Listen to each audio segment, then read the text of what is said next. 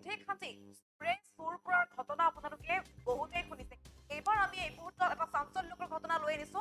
এইবাৰ কিন্তু চুৰ কৰিবৰ বাবে সিন্ধি খন্দা হোৱা নাই। এইবাৰ চুৰ কৰিবৰ বাবে চুৰ কৰাৰ বিপৰীতে এগৰাকী মহিলাৰ সৈতে অপকৰ্ম কৰাৰ অপচেষ্টা কৰিছে এজন পাখণ্ড যুৱকে।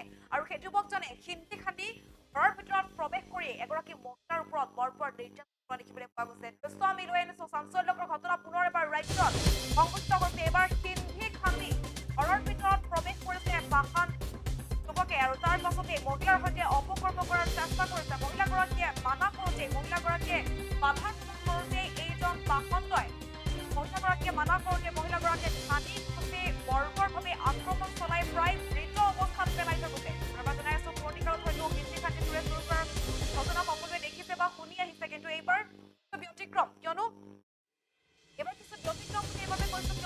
সিন্ধি খাটি চুৰ কৰিবলৈ প্ৰৱেশ কৰা নাছিল। এইবাৰ এটা লম্পতে এগৰাকী মহিলাৰ সৈতে কুকৰ্মত লিপ্ত হ'বৰ বাবে, মহিলাগৰাকীক ধৰ্ষণ কৰিবৰ বাবে সিন্ধি খাটি ঘৰৰ ভিতৰত সোমোৱা খবৰে এতিয়া প্ৰতিক্ৰিয়াৰ সৃষ্টি কৰিছে।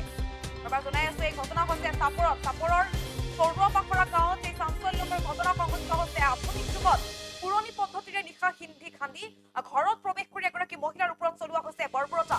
জিলাৰ চাপৰৰ চৌৰপাখৰা গাঁৱত এই চাঞ্চল্যকৰ ঘটনা সংঘটিত হৈছে। নিশা সিন্ধি খাটি ঘৰত প্ৰৱেশ কৰি এগৰাকী মহিলাক প্ৰথমে ধৰ্ষণৰ চেষ্টা চলাইছিল, যদিও মহিলাগৰাকীয়ে বাধা প্ৰদান কৰিছিল আৰু সেই সময়তে চিঞৰ বাখৰ কৰাত মহিলাগৰাকী খাটি প্ৰায় মৃত অৱস্থাত পেলাই থৈ ঘৰৰ পৰা পলায়ন কৰাৰ অভিযোগ আছে হুছেইন আলী নামৰ এইটো লম্পনৰ বিৰুদ্ধে। একেখন গাঁৱৰে এই যুৱকজনৰ বিৰুদ্ধে গুৰুতৰ অভিযোগ উত্থাপন হৈছে। গুৰুতৰভাৱে আঘাতপ্ৰাপ্ত হোৱা মহিলাগৰাকী বৰ্তমান বঙাইগাঁও চিকিৎসাধীন অৱস্থাত আছে আৰু জানিব পৰা মতে মহিলাগৰাকীৰ স্বামীৰ সৈতে কৰ্মসূত্ৰে গুৱাহাটীত থাকে আৰু তাৰে সুযোগ গ্ৰহণ কৰি লম্পন হুছেইন আলীয়ে দীৰ্ঘদিন ধৰি মহিলাগৰাকীক বেয়া প্ৰস্তাৱ আগবঢ়াই আহিছিল আৰু উক্ত কাণ্ড সংঘটিত কৰাৰ পূৰ্বেও দিনৰ ভাগত মহিলাগৰাকীয়ে লৈ বেয়া প্ৰস্তাৱ আগবঢ়াইছিল এইটো লম্পতি আৰু মহিলাগৰাকীয়ে কিন্তু অমান্তি হৈছিল। মহিলাগৰাকীয়ে বাধা প্ৰদান কৰিছিল আৰু যাৰ বাবে নিশাই ভয়ংকৰ কাণ্ড সংঘটিত কৰিছে।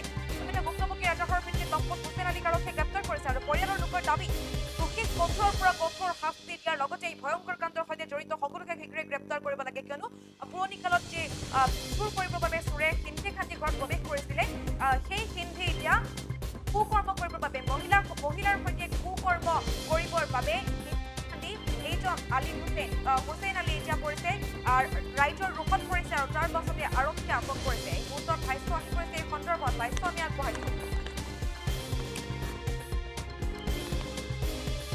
চাপৰ থানাৰ অন্তৰ্গত চৌৰপাখৰা গাঁৱত মোৰ বাইদেউক বিয়া দিয়া হৈছিল।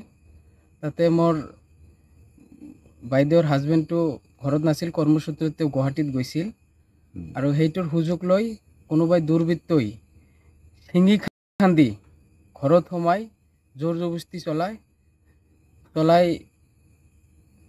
এই ঘৰত আৰু মানুহ আছিলে 4-5টামান ল'ৰা ছোৱালী লৈ ঘৰত শুই আছিলে। ইহঁতৰ আগত অপকৰ্ম চলোৱাৰ চেষ্টা কৰে। অমান্তি হোৱাত তাক চোকা অস্ত্ৰৰে মূৰত এই আঘাতপ্ৰাপ্ত কৰে আৰু আঘাত কৰাৰ পিছত ইয়াতে 8টা চিলাই দিয়ে আৰু পিছত যোনটো মাৰিছিলে তাতেও 8-10টামান চিলাই দিছিলে। পিছতো এই মূৰৰ পিছফালে যিটো মাৰিছিলে আৰু ডাইন হাতৰ আঙুলিটো এই একদম কাটি পৰি গৈছে। সৌভাগ্যক্ৰমে আমাৰ বাইজনী যদিও বাচি আছে, মৃত্যুৰ লগত পাঞ্জা লৰি আছে, বঙাইগাঁও চিভিল হস্পিটেলত আছে। আৰু জানিব পৰা মতে মোৰ বাইজনী অলপ হুঁচ হোৱাৰ পিছত আমাক কৈছে যে এই তাৰ হুছেইন নামৰ ল'ৰাজন চৌৰপাখৰা গাঁৱৰে, তাৰ দেউতাকৰ নাম হ'ল হুছেইন নামৰ ল'ৰাজনে এই বাইজনীক দিনত কিবা বেয়া কথা কৈছিল, বেয়া ইংগিত দিছিলে, কিন্তু বাইজনী ইমান ভবা নাছিলে যে এইটোৰ কাৰণে আমাৰ জীৱনৰ লগত এনেকুৱা এটা অপকৰ্ম কৰিব। কি নাম আছিল তেখেতৰ? তাৰ নাম আছিলে হুছেইন আলী। তেখেতৰ ঘৰ চৌৰপাখৰা গাঁৱতে। এজাহাৰ দিছো থানাত। কোন থানা? আৰু অন দা স্পটত আমাৰ চাপৰ থানাৰ OC আছিল, চালকুচা থানাৰ ICO আছিল আৰু বহুত পুলিচ প্ৰশাসন তাতে মজুদ আছিল। ইতিমধ্যে আসামিজনক গ্ৰেপ্তাৰ কৰিছে। কি দাবী জনায়? আমি দাবী জনা প্ৰশাসনৰ ওচৰত এইটোৱে দাবী জনা তাৰ উচিত শাস্তি দিব লাগে আৰু ঘটনাৰ অন্তত কিমানজন মানুহ জড়িত আছে সেই মানুহবোৰ উলিয়াব লাগে আৰু কি কাৰণত এইটো এই মাৰাৰ চেষ্টা কৰিলে যিকোনো খবৰৰ বাবে